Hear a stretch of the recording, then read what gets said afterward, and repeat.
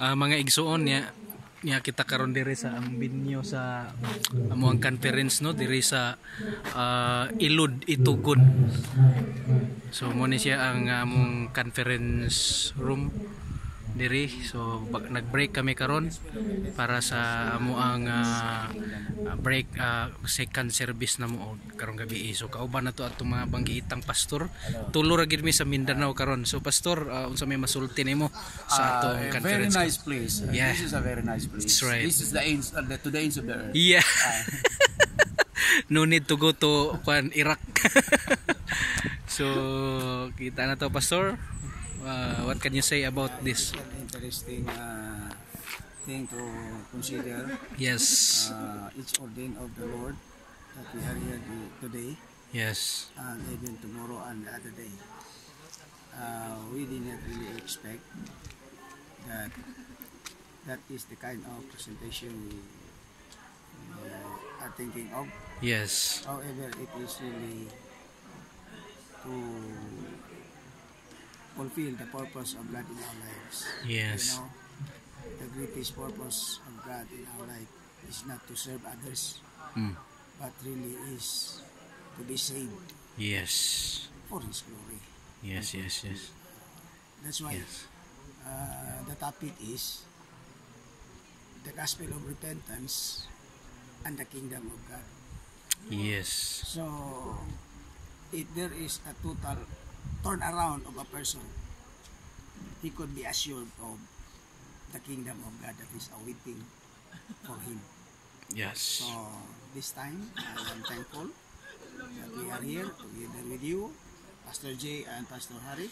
Yes. I know that when we will go back to Cagayan de Oro, we are renewed, Yes. That's right. refreshed, and be ready also to share whatever we may learn in this conference. Yes. Thank you, pastor. Thank you. Thank you. Okay. So resume namin sa among second part. Mao ang dinner na mo. So surrounded ta karon sa mga bukid, mga igsuon no. Diri na ilang basketballan dito. Kung di po mabalinan na ako ba? So ano?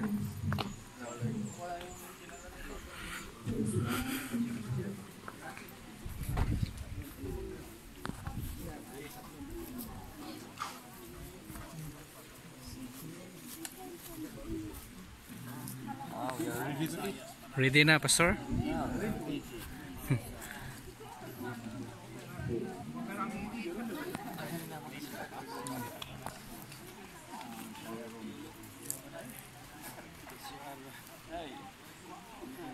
I'm waiting for my turn.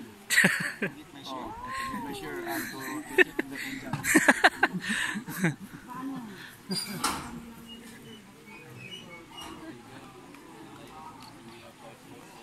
Ano siya yung conference room or church.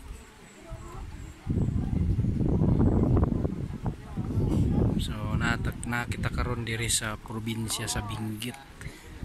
So murag layo-layo gi kaayo. 15 kilometers gikan sa Baguio City. Or 17 kilometers.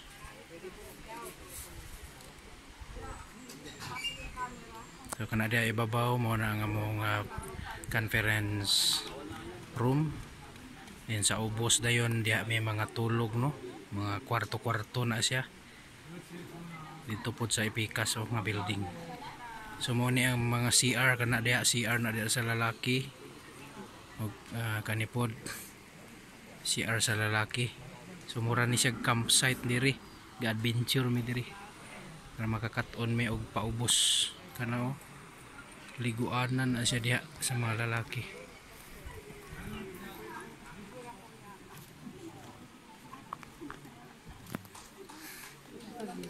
Oh. Siya nga. Ket? Ano na? Ket, agpila tadi. Nagigil ka tiyo na lang kami ng tala. Milita ba yan susuro ka pa susuro? Diret ka no, hamuhan na ito.